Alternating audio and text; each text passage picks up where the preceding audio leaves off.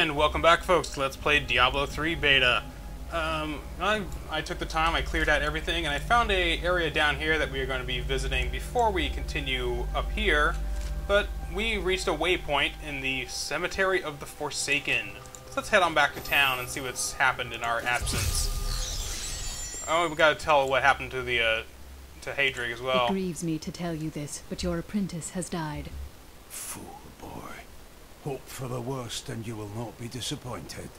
Thank you for the news. Tell me about your grandfather, the Chancellor. Not much to tell. I lived with my father in Chaldean at the time. We heard that my grandfather stayed in Tristram until the end, trying to save lives. Don't know if he succeeded, but there it is. When the Skeleton King fell, my grandfather was dying from a sword wound. He had the crown sealed with him to keep it safe. A brave deed. It is good to know that there was one sane man among the mad.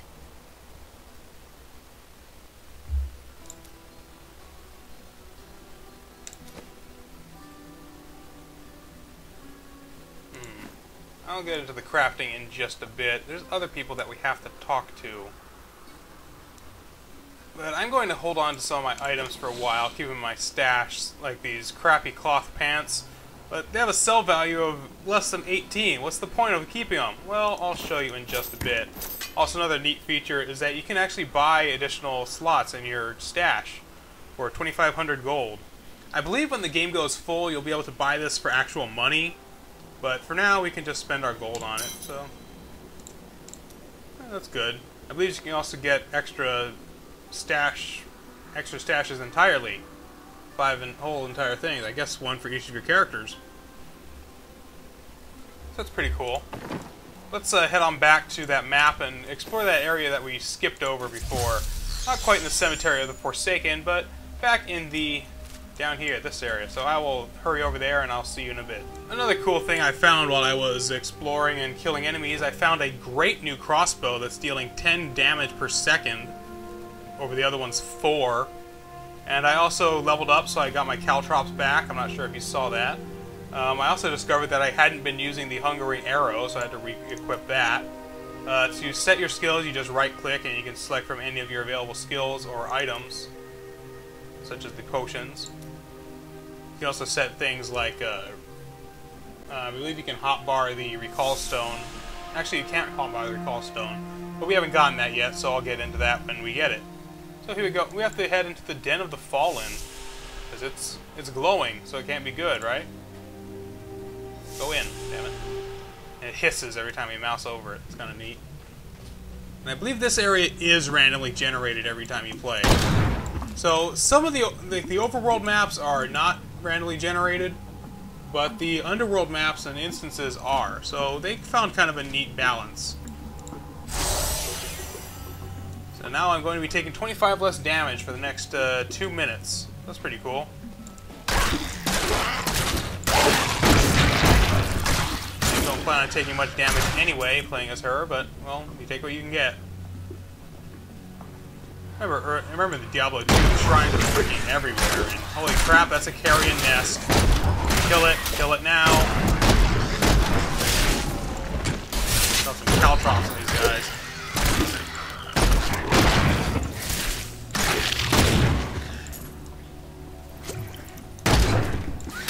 Did I miss? Kill them already. I was able to trace some carrion bats back to one of their nests. What I found shocked me. The nest itself is a living organism, a mature bat that has been mutated by the darkest of magics. I no longer doubt that demonic forces have corrupted these creatures. Hey, they're kind of like the Zerg in that case, I guess. One of them becomes the nest for all the others.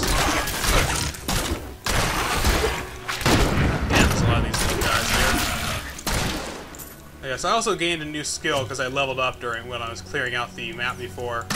I learned, what is it called? It's not a shuriken, but it's another type of blade. That's it.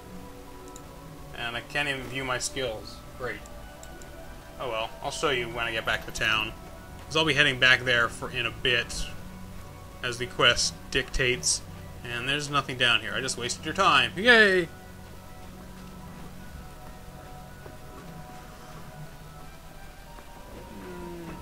There's gonna be enemies around this corner. Yes, there is. And there's another carrion nest. Caltrops and wow, drop right in there. Take that bastard out. Yeah, that's why I like setting my my stand button to space, because if you've seen my keyboard, it's just easier for me to hit the space bar than the shift key. If you're only going to be playing with the left side, you're going to be playing with the 1 through 5 buttons and then the mouse. So they have that whole dead space in the middle of the board that you really don't need to touch. And you can hit the tab to go to the map, either tab or M.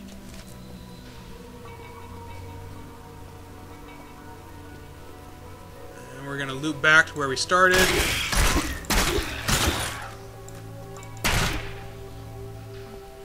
What's in here? There's going to be another carrion nest, isn't there?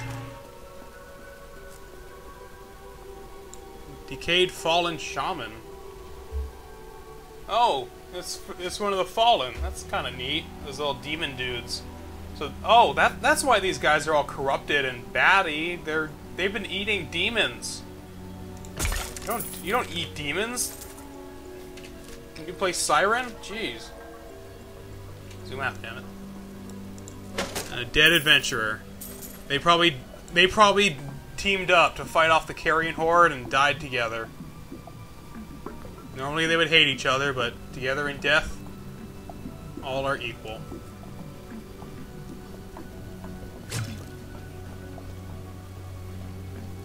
And where's the entrance? Back this way. Yeah, I'm gonna cut going back to the entrance. Back in a bit.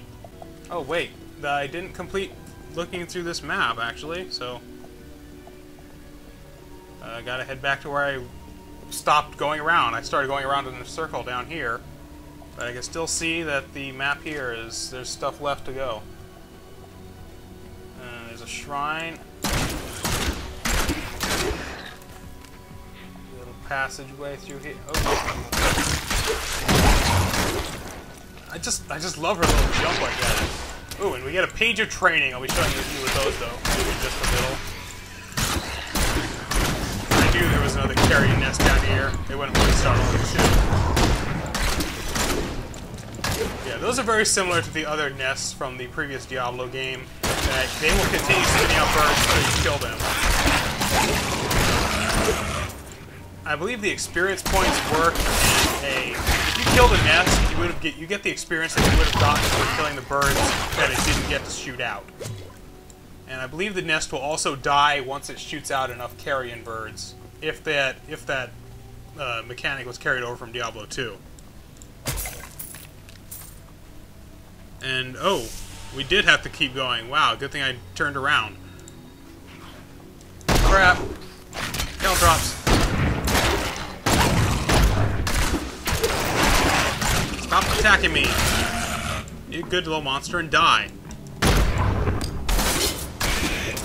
Plague carrier. These guys likely drop poison when you kill them, or at least they'll try to poison you when they attack you. More caltrops. Haha. Now you can't get to me. I see a boss.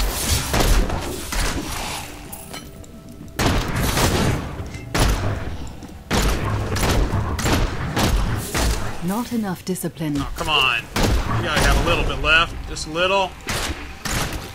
Only 2, wow.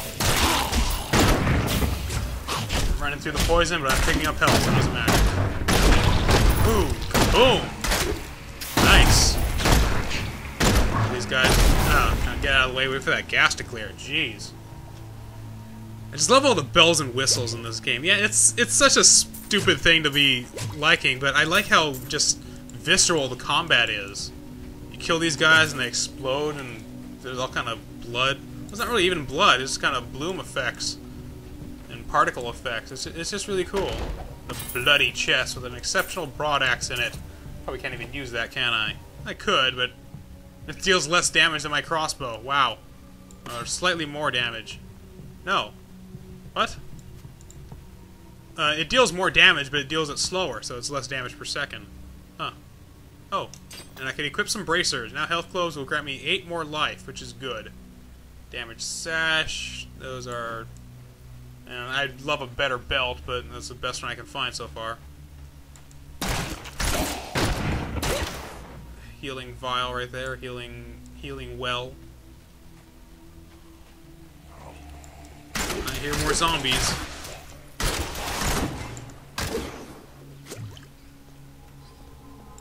And a frenzied shrine. That'll give us a 25% boost. Awesome. Oh no, you don't. Ooh, a giant chest. Is this what we came for? Ooh my, a resplendent chest. It's resplendent. It's scrumtralescent.